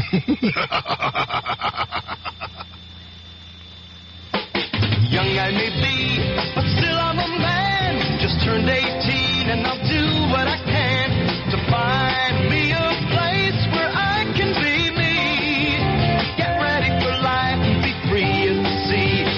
Where do I go from here? Oh, where do I go from here? I finished the school, but what lies ahead? Don't want to get trapped, want to feel free instead. All over the world, there's so much to do. The call of the sea, don't you hear it too? Where do I go from here? Oh, where do I go from here? What about the new Navy? You'll get your chance at success, learn an exciting job, and see the world. Call toll-free 800-841-8000. That's 800-841-8000. Or see your Navy recruiter. Be someone special in the new Navy. I know where I'm going from here.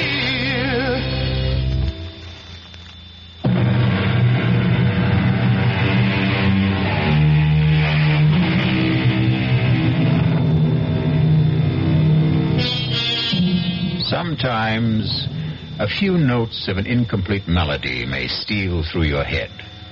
It isn't like any tune you know, and yet you've heard it before.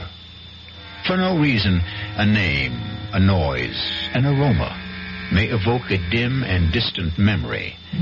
A memory of a place you cannot clearly remember, but it's a place you cannot completely forget. A great poet said, "Life is a dream, and even dreams are dreams." Perhaps. But sooner or later, there must be an awakening for every dream. And for Rexford Patterson, there was the rudest awakening of all. Hey, Patterson, wake up. Your lawyer's here. Huh? What? Your lawyer's here. Lawyer? Why? What do I want a lawyer for? Where am I? You're in a jailhouse. Jailhouse? How did I get... I demand to see a lawyer.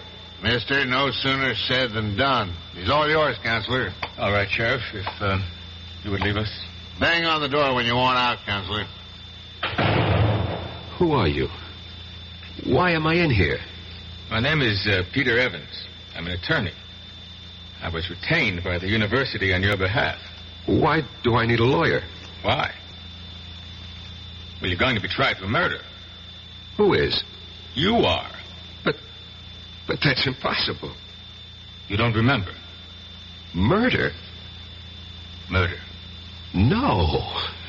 Well, according to the sheriff, you were found unconscious on the floor of your study and she'd been shot. Who? Your fiancée. Charity? I killed Charity? No. Madeline Betty, your fiancée, Madeline Betty Powers. Who's Charity? Charity Youngblood. She was my fiancée. You had two of them? Look, we know you were engaged to Madeline Betty Powers. Now you say you were also engaged to a Miss Charity Youngblood? Yes. Well, what happened to that engagement? I broke it. Was the parting amicable? No. How did Miss Youngblood take it? She was hurt, angry. She was violent. What do you mean, violent? She swore she would make me regret it. She swore she would have a revenge. Can you prove any of this? Oh, yes. How? I have it in writing. Well, now, this may throw a new light on the case. When did you break your engagement to Miss Youngblood? When? About 200 years ago. Good. You see, if we can produce written evidence... When did you say you broke this engagement? I was killed at the Battle of Monmouth in 78. And 3 years before that would be the early spring of 1775. Allow me to suggest the only plea that will save you. Insanity. No, I will insist that we plead the truth. Well, what is the truth? Self-defense. I killed Charity Youngblood in self-defense. All right. Look. Now, you may have killed Miss Youngblood in self-defense 200 years ago, but it's over. It's gone. It's done with. Nobody wants you for that. You're going to be tried for the murder of Madeline Betty Powers. Exactly. Charity Youngblood is Madeline Betty Powers. Professor Patterson. You're my attorney. I have to tell you the truth. But I can't believe it. But I can prove it. Look, go to my apartment. In the middle drawer of my desk, there's a book. An old book, an old leather notebook. Bring it here. You'll see. You'll see for yourself. Proof.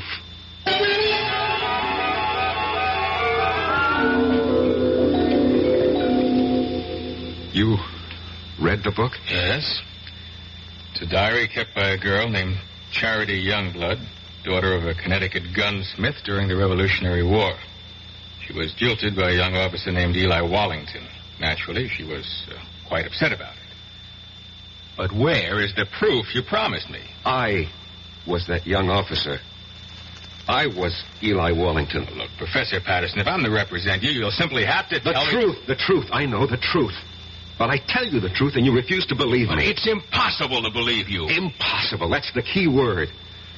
Well, today's commonplace was yesterday's impossibility.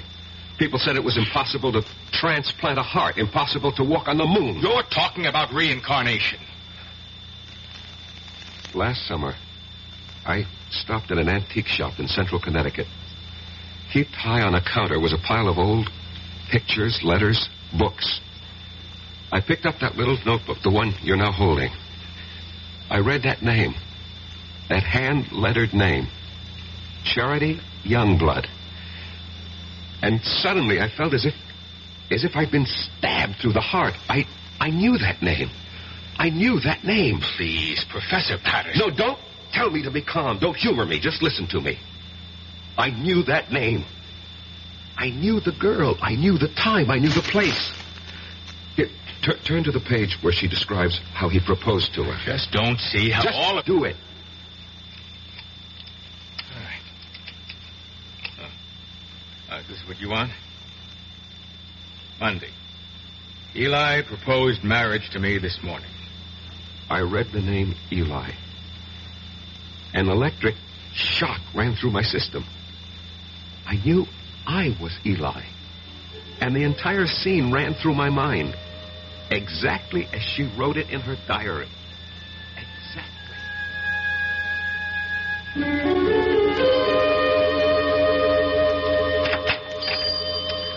Good morning, Charity. Oh, it's the high and mighty Lieutenant Eli Wallington. Come to see my father? Well, that pistol of yours isn't ready. I've come to see you, Charity. I've been foolish. It doesn't interest me. Charity, I love you. Oh, yes, you love me. Believe me. Oh, I believe you. You love me here. You love me now. But tomorrow you'll be somewhere else. You'll see someone else. You'll love someone else. Men are fools. We don't realize at first how important it is to have a woman who really loves us. And you love me. Please go. Marry me, Charity. Eli? We'll have the banns on Sunday and marry the week after. Now, come, close the shop. We'll go riding this morning. But I promised Father... Let's be together this morning. Come with me.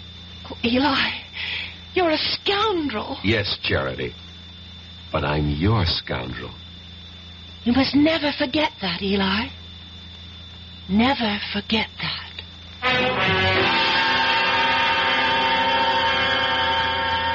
What are you trying to tell me, Professor Patterson? Don't you see, as Eli Wallington, I had lived through that scene. I knew how I felt. I loved her. How do you know you were Eli Wallington? How do we know you're Peter Evans? You just know, that's all. None of this is proof in a court of law. You can read in her diary. Yes, Sunday. This morning, the banns were read in the church. But Eli never married her. Do you know why? Because Charity was right. The very next week, Eli was somewhere else. He saw someone else. He loved someone else. He never saw Charity again. And 3 years later, he was dead at Monmouth. Turn to Charity's diary. See what she wrote when she heard the news of Eli's death. Here's the evidence you need to defend me in court. Read it. All right. Now, Friday. This morning, the Reverend Fallowfield came into the shop with news.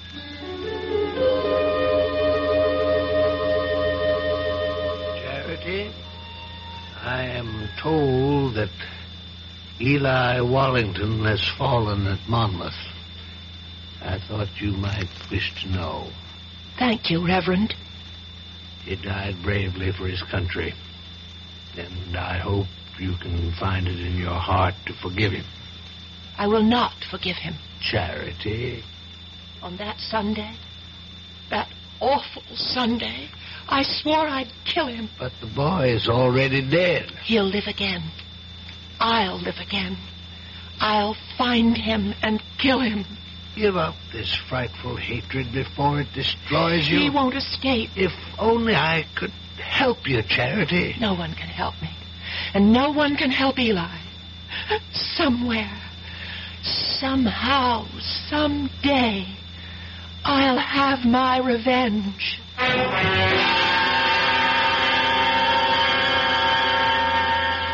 And when I picked up that diary in the antique shop, Mr. Evans, I was almost frozen with terror. I knew I had come back. Why shouldn't she? But you know something? After a while, I began to laugh at myself. Why? Well, for the same reason you're probably laughing at me. After all, we live in the modern, rational 20th century. Every night, I'd sit alone at home and wait for Charity to come and kill me. And nothing happened. She didn't show up. No. And you can't maintain an emotional pitch forever. And so soon, I stopped thinking about it. And then one afternoon, I was sitting in my study. Come in, it's not locked. Good afternoon, Professor Patterson. Yes. Let me see, you're Miss... Powers. Madeline Betty Powers. I'm scheduled for a conference at exactly 1500 hours. 1500 hours? 3 p.m. We use this terminology at the engineering school. Oh, I see. You're an engineering major, Miss Powers? Have you any objections? Oh, no, certainly not. Professor, I require 3 credits in the humanities for my degree. I chose your American history course. I am flattered. It was the only one open. You shouldn't have said that. Oh, I have no interest in the dead past, only in the dynamic present. How can I survive your course? First, show up for class, occasionally. Second, don't snore too loudly at my lectures. Third, write me a term paper. On what subject? Oh, any subject related to the Revolutionary War. I know what I'll do. I'll write a novel. Miss Powers, what are you saying? Yes, a novel. A novel about a girl. But, Miss Powers, you asked for an easy way out. A novel is the most difficult project. You know what gave me the idea for it, Professor? This antique pistol on your desk. What? Broken down, rusty old relic? It just came to me by just looking at it. I'll write about a girl whose father was a gunsmith. What did you say? In one of the 13 colonies, Connecticut. But, Miss Powers, do you know anything about Connecticut during the Revolution? No, I'll make it up. After all, it's a novel. Have you ever been to Connecticut? No, never in my life. Now, the girl, the heroine of my novel, will be beautiful, sexy. I can see her. I can just see what she looks like. And her name, I even know her name. What is it? I think I have a good one. Her name No, don't tell me. Write it down on a piece of paper. But don't let me see what you're writing. But why? Please do as I ask, Miss Powers. All right. You've written her name? Yes, Professor. Her name is Charity. Charity Youngblood. Professor Patterson. How did did you know?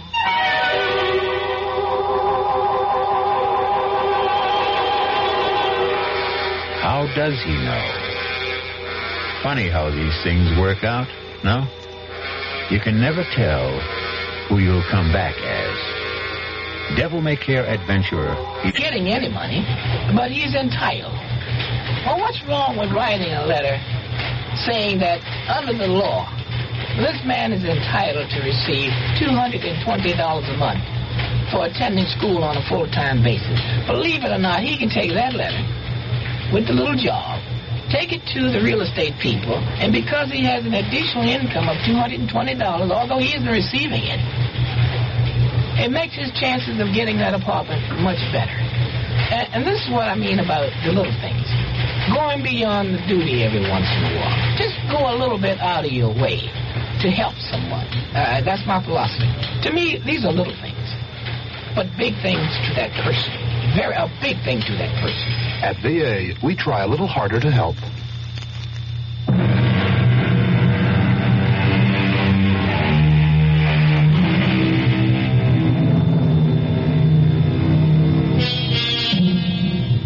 Professor Patterson, a quiet teacher of history, is in jail, accused of killing his fiancée. He doesn't deny it. What he's desperately trying to prove is that he killed the one he had 200 years ago. Where, Miss Powers, have you heard that name, Charity Youngblood, before? Nowhere. I made it up. You made it up?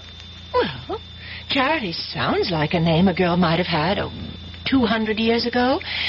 And Youngblood has a kind of colonial quality to it. Charity Youngblood. It just sort of popped into my head. And everything just came to you, the whole idea for the novel, the heroine, her name, it all occurred to you just now? Yes, that's right, Professor Patterson. I simply can't account for it. It has no scientific basis. But suddenly, I have feelings that I've never experienced before. What sort of feelings? I can't describe them. Vague ideas, hazy pictures. Of what? But this woman, this girl, this Charity Youngblood, she's a creature of my own imagination. I only conjured her up a few moments ago, and yet she seems to be alive. Give it up, Miss Powers. You know, sometimes when you write fiction, the character takes over, and unless you're a skilled professional author, this can be dangerous. Just attend class, look intelligent, and you'll pass the course. Oh, Professor, that wouldn't be ethical. Miss Powers, we'll just let that be our secret.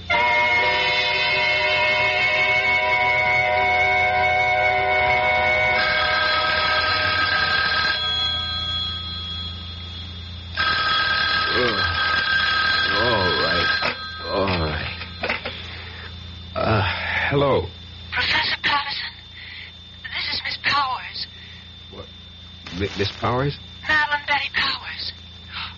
Did I wake you? I'm sorry. I know it's midnight, but I must see you at once. Please. Well, It's important. Where? Well, I'm calling from the all-night cafeteria at the Student Union building. I'll be there. Oh, thank you, Professor.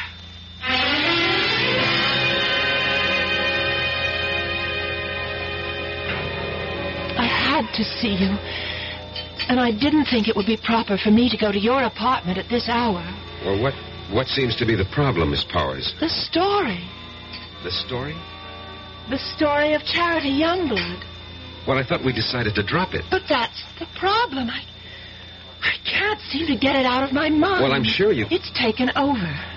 I can't think of anything else. Well, I'm obsessed by it. This girl, Charity Youngblood. I know her so well, I sometimes think... No, you'll laugh. No, tell me. I sometimes think she's me. Well, of course she's you. What are you saying? Well, when you write fiction, every character has to be yourself in one form or another. No, it's more than that. It's a feeling in my bones. I seem to have an urge to do something. What? I don't know. But I keep writing. Now, I've written 20 pages so far, and most of the time it doesn't even seem that I'm the one who's doing the writing. I get the feeling that I'm just holding the pen, and my hand is being guided. I'd like you to read what I've written so far.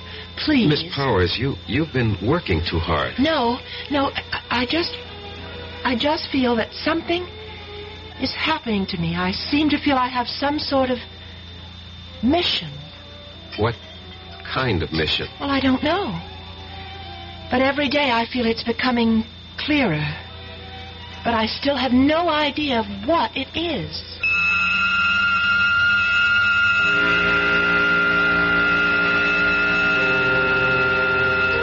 And every day, Mr. Evans, she would hand me a chapter of her novel. And that novel will win me acquittal in court. Why? Because each chapter is word for word a day in Charity Youngblood's original diary. In Madeline Betty's own handwriting. Where's that novel now? In my desk.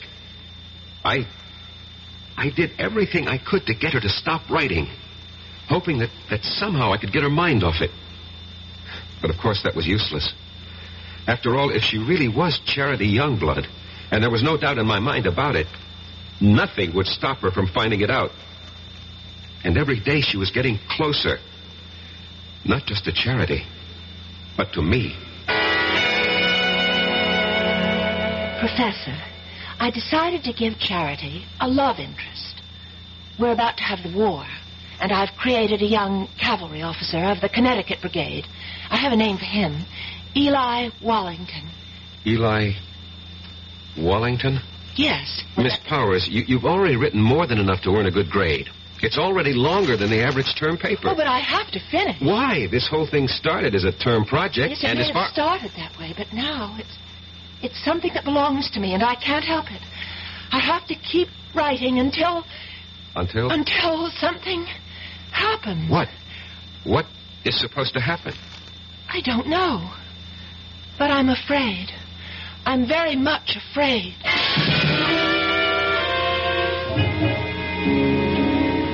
I was afraid too, Mr. Evans. Afraid that at any time she would suddenly realize that she wanted to kill me. But surely you realize... What? You mean I had nothing to be afraid of? Suppose someone's determined to kill you, and you know it. You tell me. You know what I think? Although it's academic now. I think you should have gone to a psychiatrist. I did. I went to the top. I went to the head of the Department of Psychiatry at the University Hospital.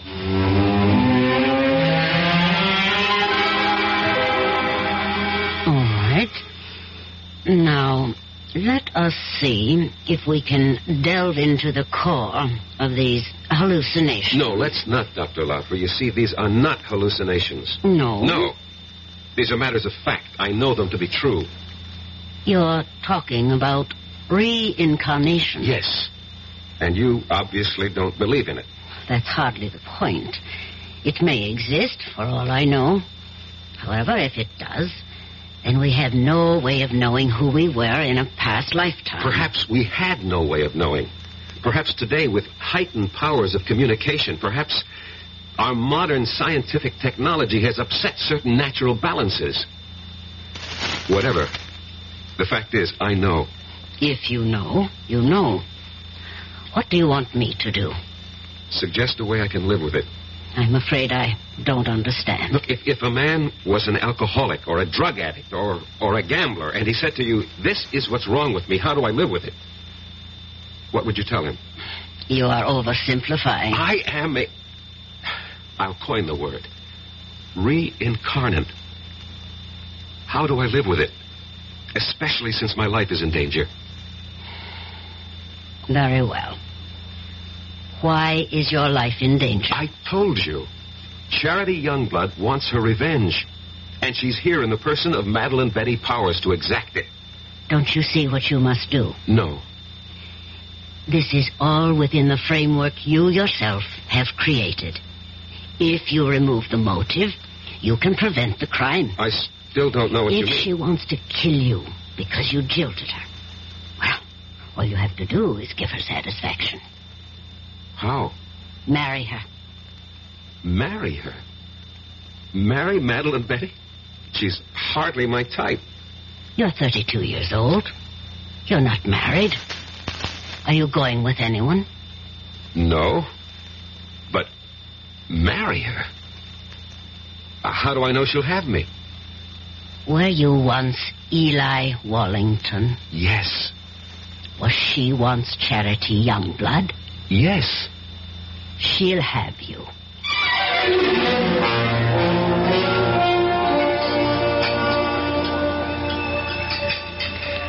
Oh, Professor Patterson, you really didn't have to take me to dinner. Well, our conference ran late. We have to eat. Well, I mean, to a place like this. Well, this is a very nice place. Or so I thought. Oh. Would you care to dance? Oh, no, thank you. I dance rather poorly. Oh, I can't believe that. Why can't you believe it? Because you're so charming. I don't think so. At least no one ever told me that. But I think so. Do you? Why? Well, it's a subjective thing. I lied to you just now. I said I dance poorly. The truth is, I don't dance at all. Now, how is that possible? Girls who don't get asked usually don't bother to learn. I don't know why I'm telling you all this. It's just that since the day I met you, I started thinking. I don't know how to describe it. Well, what were you thinking? Oh, crazy things. That is, for me. I suddenly wanted to write a book. Why, I'll never know. And I began thinking of a girl who lived hundreds of years ago in a place I've never heard of. I can't understand it. Madeline Betty, maybe I can help you. Would you, Professor Patterson? Rex. Go on, say it. Call me Rex. Rex. I've also felt something since the time you walked into my study for conference. And I've been trying to analyze it. And I finally discovered what it is. It's love. Professor Patterson. Rex. And so I'm asking you, I hope that you will marry me.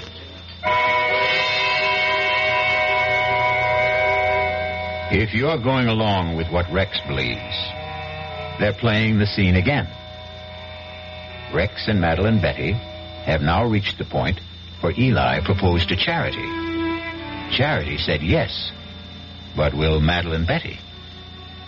Yes or no will be the first word you will hear when we return shortly with Act 3. And now, another story of the ball and chain, as Kellogg's Special K presents The Library. Welcome to the public library. May I help you, sir? Yes, I'd like to check out... I'd like to check out Famous Laundromats of the World by Audrey Schnorbart. Sir, excuse me, but isn't that ball and chain you're wearing just like the ones they use in the Kellogg's Special K commercial? This ball and chain? Yes, that one. How are you going to get rid of it? Well, lots of good exercises, and by eating smart at every meal, starting with the Special K breakfast. Don't you have to watch your calories? Yes, and the Special K breakfast is less than 240 calories. Less than 240 calories? Right. A 1-ounce bowl of high-protein Special K, 4 ounces of skim milk, tomato juice, and coffee. It's really tasty, and it's going to help me get rid of this ball and chain. I'd say it's long overdue, get it? Your happy ending could begin with the Special K breakfast from Kellogg's.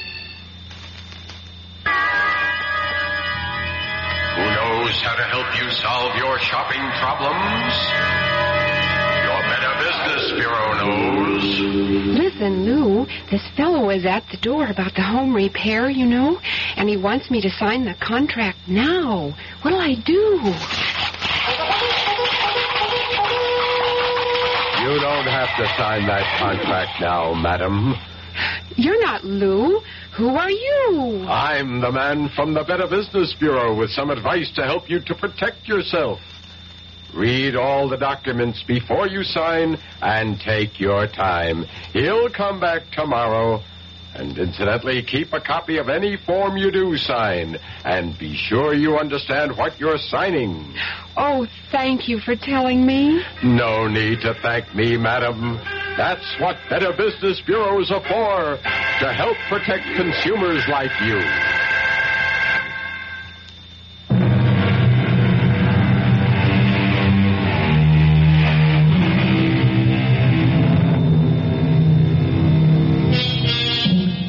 Eliminate the motive, and you prevent the crime.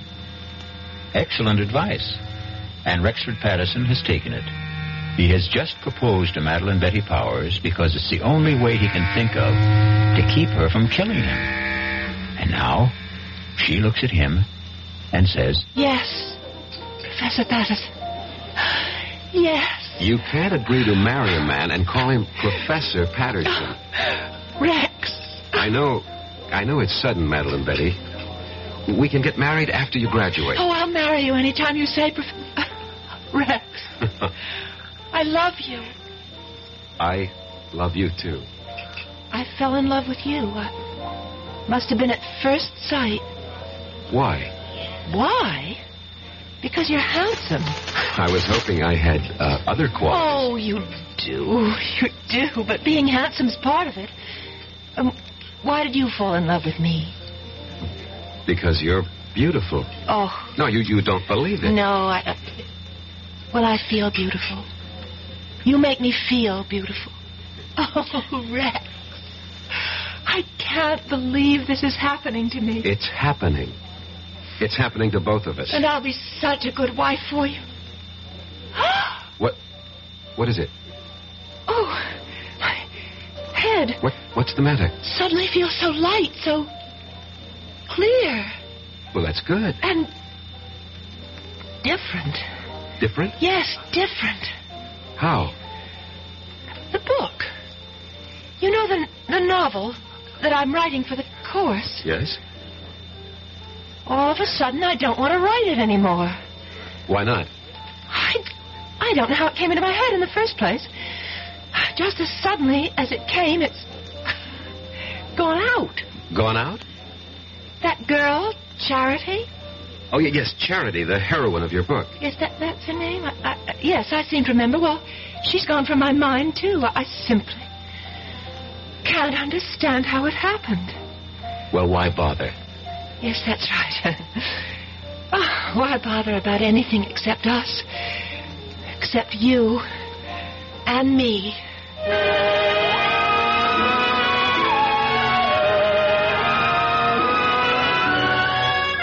So you proposed to her, Professor, and you were accepted. She seemed happy. Apparently you were reconciled. What was the problem? The problem was, Mr. Evans, I didn't really love her. Just as Eli didn't really love Charity. But within the theory you'd set up... Don't call it a theory. It's a fact. Oh, whatever. But this is what you had to do. You had to marry the girl. And I tried hard. But she made it impossible. She was... What did she do? Nothing, really. She was just so grateful to me. You pay attention to a wallflower, and what you create for yourself is a clinging vine.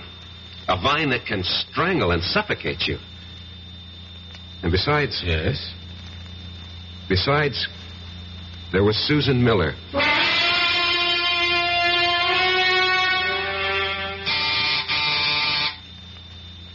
Come in, Madeline Betty. I'm not Madeline Betty, but I came in anyhow. Well, how do you do? Professor Patterson? Yes? I'm Susan Miller, of the English department. You're new here. Oh, I received my teaching appointment last week. Early American Lit. A favorite field of mine. Well, that's the scoop on campus. Anything early American, see Rex Patterson. I just thought we'd chat. Fix you a drink? A soft one. Naturally. Diet, if you have it. I'm watching my weight. Why? I think it's most attractive the way it is. Well, if you think so, I'll keep it that way. Did you know that General Burgoyne wrote a play? Yes, it was called Maid of the Oaks. And it was produced in New York during the Revolution. Yes, and I'll tell you who was in the cast.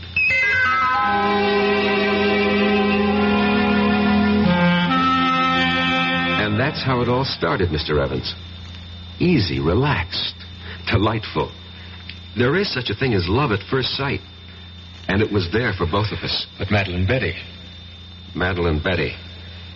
Well, I knew I had to do something about her. Yeah, exactly. So you killed her. No. No, that's not the reason. You wanted to marry Susan Miller. It never reached that point. I mean, we didn't get that far. But the prosecution will know about Susan Miller. No. They don't have to.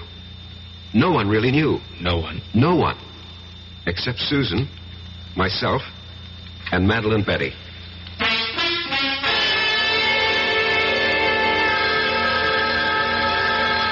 I'll get it. Hello? Hello? Is Rex, Professor Patterson there? Oh, who's calling? This is Susan. Miss Susan Miller? Rex, it's for you, Miss Susan Miller. Oh, thank you, Madeline. Yes, Susan? Rex? How about a drive in the country? I have considerable work to do. But I thought you had nothing to do all weekend. So did I, but, I have this research project. I see.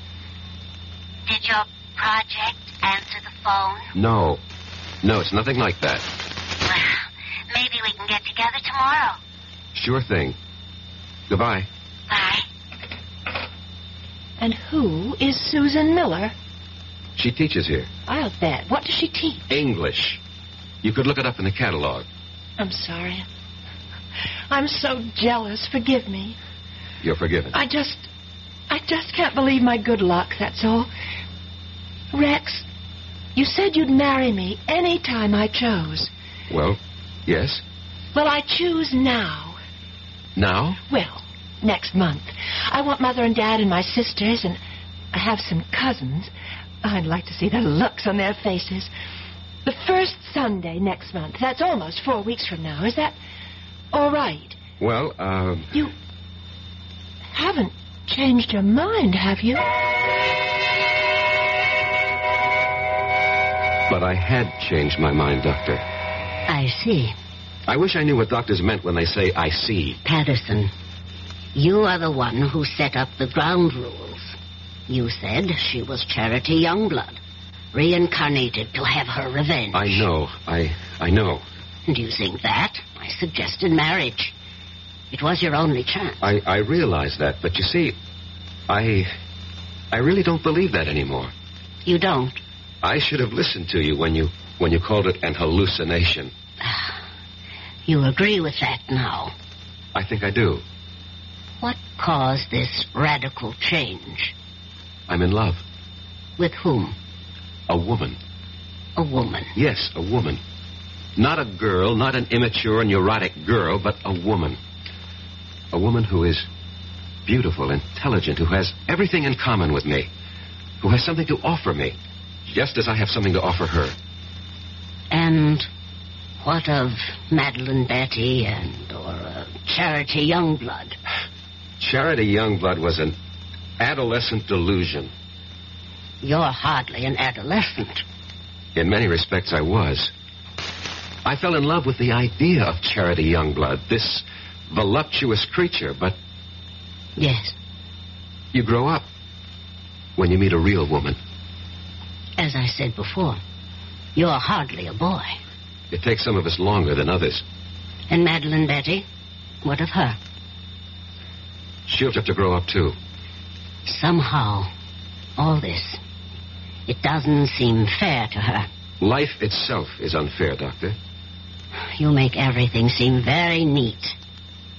Somehow, I don't think you'll be able to unwrap the package as easily as you think. But why? Why? I told you, Madeline Betty. I told you. You said you loved me. I thought I did. No. But please, Madeline Betty, don't make this difficult for both of us. Oh, Rex, please, marry me. No, it wouldn't be right. I told everyone, my parents, my sister, my friends. Oh, Rex, what can I tell them now? Would you want us to live a lie? I don't care. Rex, why did you do this to me? These things happen. You loved because I was here. You went somewhere else. You saw someone else. Now you love someone else. What do you say? I don't know what I'm saying. Look, you'll find someone else, too. I'm sorry, Rex. I've been speaking to you like a fool. You want to break our engagement? Only because it would be best for both of us. For whatever reason. I won't stand in your way. Excuse me.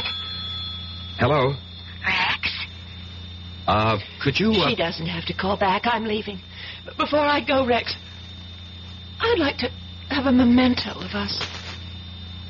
I'll leave you what I wrote about Charity Youngblood, and, could I have... Anything, Madeline Betty. That... Anything. Pistol, that old broken antique pistol? Well, certainly, of course. Well, goodbye, Eli. What did you say? Nothing. What did you call me? I called you by your name. Goodbye.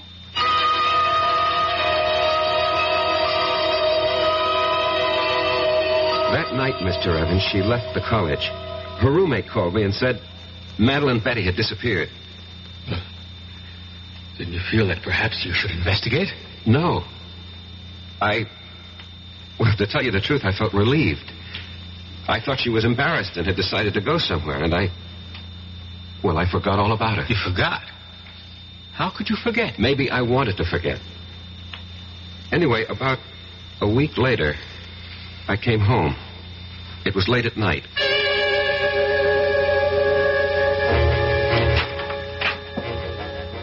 Good evening. What are you doing here? I have a key, remember? Look, what can I do for you? Nothing. Ask me what I can do for you. Well, what? I can kill you. What do you say? Yes. I can kill you very easily. And I'm going to.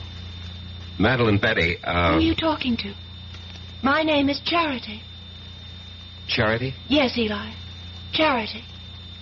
Remember Charity? No, you're Madeline It's Betty. It's taken me such a long time to find you, Eli. Such a long time. Listen to me. I'm not Eli. I'm Rex Patterson, and you're not Charity. You're Madeline Betty Powers. Sweet talk, Eli. You always could do it, but it doesn't go with me anymore. Look, Madeline Betty, I'll have to ask you to leave. Oh, I will.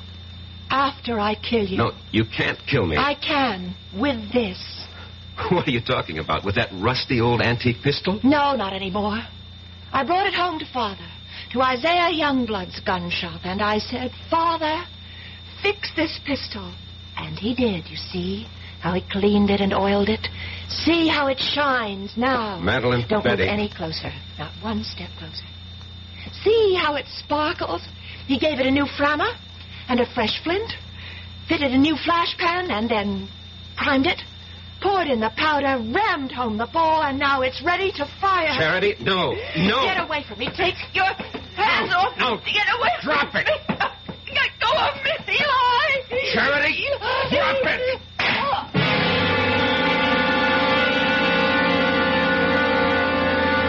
We struggled for the gun, and at the last second, the barrel must have turned toward her, and she pulled the trigger. And that's your defense? That's my defense.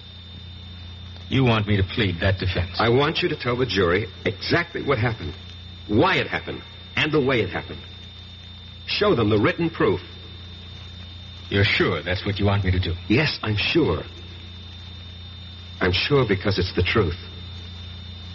Well, I hope the jury buys it. Would you have bought Professor Patterson's story? You would. A pity you weren't on the jury. Because 12 good men and true, actually 6 of them were women, deliberated for a full week and decided that Rex would have to pay the price. Not just the price for Madeline Betty, but also, as it turned out, the price for Charity. I'll be back shortly. This is Ray Scott for the President's Council on Physical Fitness and Sports. Sometimes we're accused of exaggerating the importance of a game, along with millions of Americans across the country. Well, maybe so. But one thing is sure. We certainly under-exaggerate the importance of physical fitness and sports among our children. We send our kids to the best schools we can, to get the best education they can, and yet we often completely neglect their physical education. Phys ed departments are usually the first to suffer when budgets are cut. That's why we urge you to support the physical education departments in your schools and to make sure your kids are getting the kind of programs and instruction that will do them the most good. Physical fitness can help them develop into healthier adults and help them live up to their full potential. For more information, write the President's Council on Physical Fitness and Sports, Washington, D.C., 20201.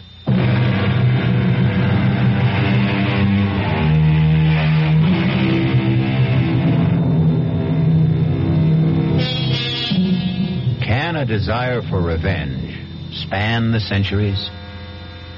Not a comforting thought, exactly. It's all most of us can do to hew to the straight and narrow during one lifetime. If we're going to have to pay for the sins of other incarnations and existences, well, who has the price? But there is no price for our next meeting, when we shall enjoy another suspenseful experience. Our cast included Michael Tolan, Marion Seldes, E.V. Juster, Ira Lewis, and Robert Dryden. The entire production was under the direction of Hyman Brown. And now, a preview of our next tale. The answer's still the same. No dog, no baby. Just be happy with these dumb plants. They're bad enough. Taking out the whole bloody windows. I hate you.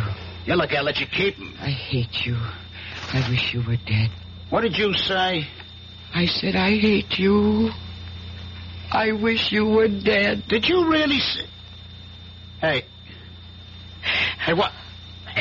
What's this? The bloody plants are on my neck. Hey, Barbara, they're all around me. They're choking me. I can't get them off. Hey, Barbara, they're too strong. Barbara, don't stand there. Get them off. No. Get the scissors. Barbara, the scissors. I hate you. I hate you. I want you dead. Radio Mystery Theater was sponsored in part by Anheuser-Busch Incorporated, brewers of Budweiser. This is E.G. Marshall inviting you to return to our Mystery Theater for another adventure in the macabre. Until next time, pleasant dreams.